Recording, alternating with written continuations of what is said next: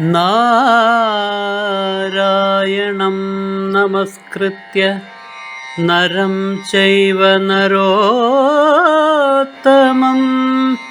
ദേവീം സരസ്വതീം വ്യാസം തതോ ജയമുദീരയേ. അർത്ഥശാസ്ത്രമിദം പുണ്യം ധർമ്മശാസ്ത്രമിദം പരം മോക്ഷശാസ്ത്രമിദം പ്രോക്തം വ്യാസേനാമിത ബുദ്ധിനാ.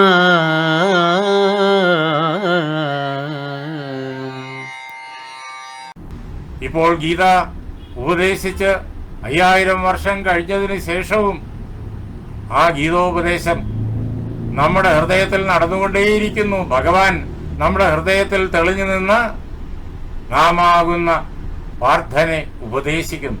അതാണ്, അല്ലയോ പാർത്ഥ, ഈ ലോകത്തിൽ ആസുരീക പ്രകൃതം ഏതൊക്കെ വിഭാഗത്തിൽ പെടുന്നു, അതിന്റെ ധർമ്മങ്ങൾ എന്തൊക്കെയാണ്? ഇതാ കേട്ടുകൊള്ളൂ. ദംഭം, ദർപ്പം, അതിമാനം, ക്രോധം, പാരുഷ്യം, അജ്ഞാനം, ഇതൊക്കെ ആസുരീ സമ്പത്തിന്റെ സ്വഭാവവിശേഷങ്ങളാണ്.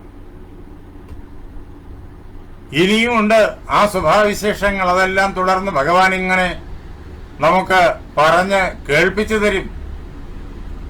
എന്താ ദംഭം? ഞാൻ ഈ ലോകത്തിൽ ഏറ്റവും വലിയ ധാർമ്മികനാണ് എന്നുള്ള അഹന്ത. ധർമ്മത്തെക്കുറിച്ച് വളരെ വിശദമായിട്ട് വേദങ്ങളും ഉപനിഷത്തുകളും എല്ലാം നമുക്ക് പറഞ്ഞു തന്നിട്ടുണ്ട്.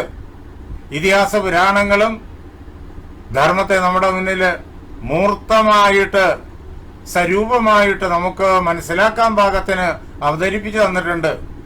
എങ്കിലും ഇതെല്ലാം മനസ്സിലാക്കിക്കൊണ്ടല്ല എല്ലാ ആളുകളും പ്രവർത്തിക്കുന്നത്, ചിന്തിക്കുന്നത്. ഓരോരുത്തരും അവരവരുടേതായിട്ടുള്ള ഇഷ്ടത്തിനനുസരിച്ച് ധർമ്മത്തിന് വ്യാഖ്യാനം കൊടുക്കും, അതിനെ മനസ്സിലാക്കും. ഇതാണ് ധർമ്മം എന്നൊക്കെ പറയും. അങ്ങനെ ലോകം ആദരിക്കുന്നതായ ഗുണവിശേഷങ്ങളെല്ലാം, ധാർമ്മിക ഗുണവിശേഷങ്ങളെല്ലാം, തന്റെ സങ്കല്പത്തിലുള്ള ധാർമ്മിക ഗുണവിശേഷങ്ങളെല്ലാം ഏറി നിൽക്കുന്ന വ്യക്തിത്വമാണ് ഞാൻ എന്നുള്ള വിചാരം, അതാണ് ദംഭം.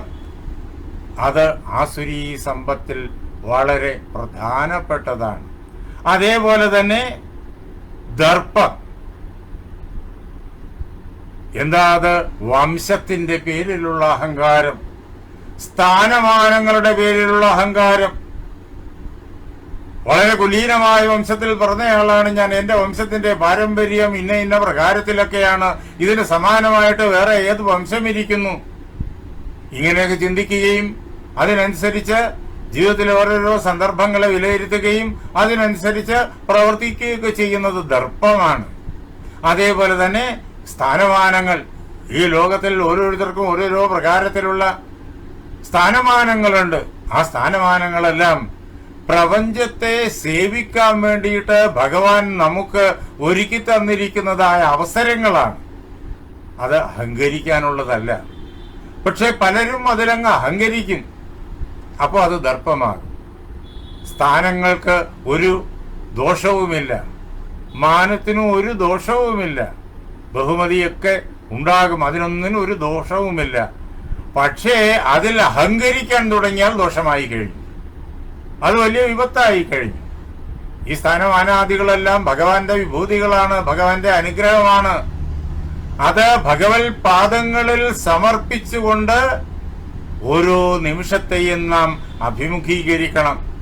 ഭഗവാന് സേവനം ചെയ്യുവാൻ വേണ്ടിയിട്ടുള്ള ഒരു ശക്തിവിശേഷമായിട്ട് അതിനെ കാണണം.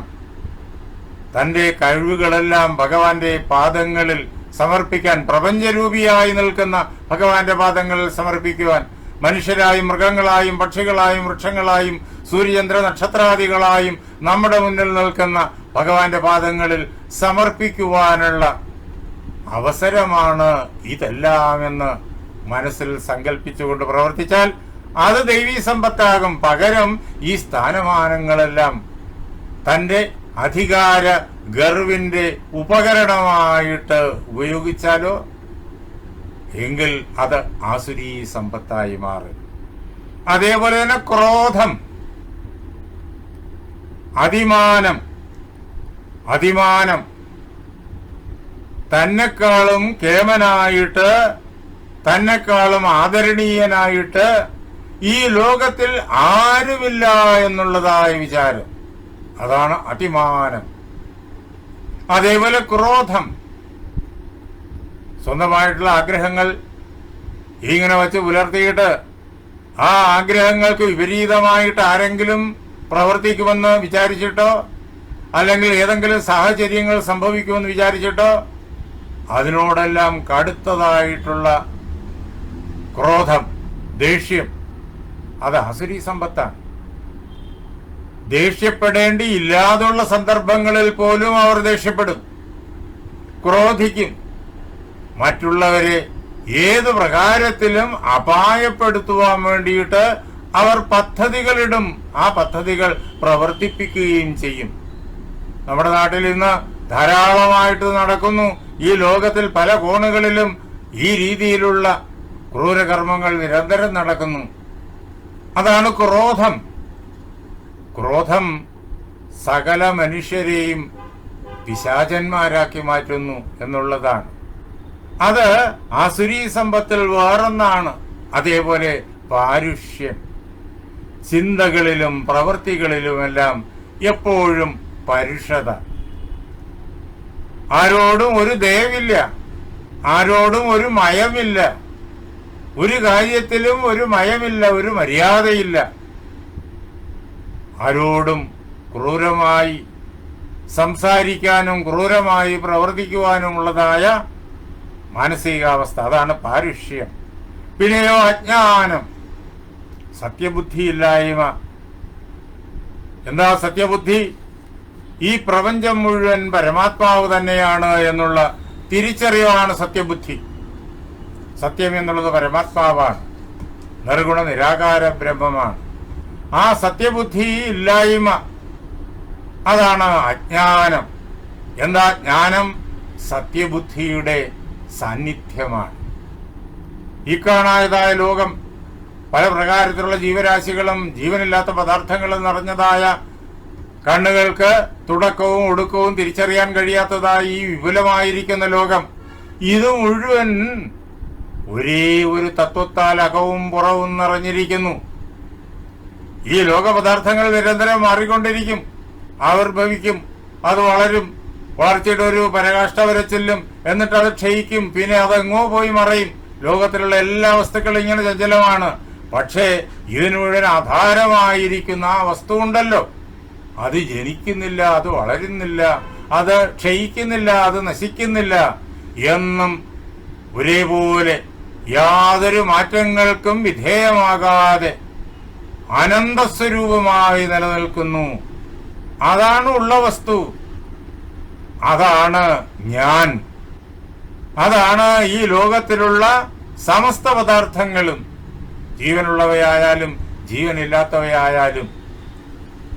അതിനാൽ ഉള്ളത് ആ ഒരൊറ്റ വസ്തു. അതിനെ ഏത് പേരുകൊണ്ട് വേണമെങ്കിലും വ്യവഹരിക്കാം, അവരവർക്ക് ഇഷ്ടമുള്ള പേരിൽ വ്യവഹരിക്കാം. അതിനെ ബ്രഹ്മമെന്ന് പറയാം, ആത്മാവെന്ന് പറയാം, രാമനെന്ന് പറയാം, കൃഷ്ണൻ എന്ന് പറയാം, സരസ്വതി എന്ന് പറയാം, ഭദ്രകാളി എന്ന് പറയാം. ഇങ്ങനെ അവരവർക്ക് ഇഷ്ടമുള്ള പേരില് ആ സത്യത്തെ വ്യവഹരിക്കാം. പിന്നെയോ അത് സകല പേരുകൾക്കും അപ്പുറത്താണ്. എല്ലാ പേരും ആ സത്യവസ്തുവിൻ്റെതാണ്, അതേസമയം അത് സകല പേരുകൾക്കും അപ്പുറത്താണ്.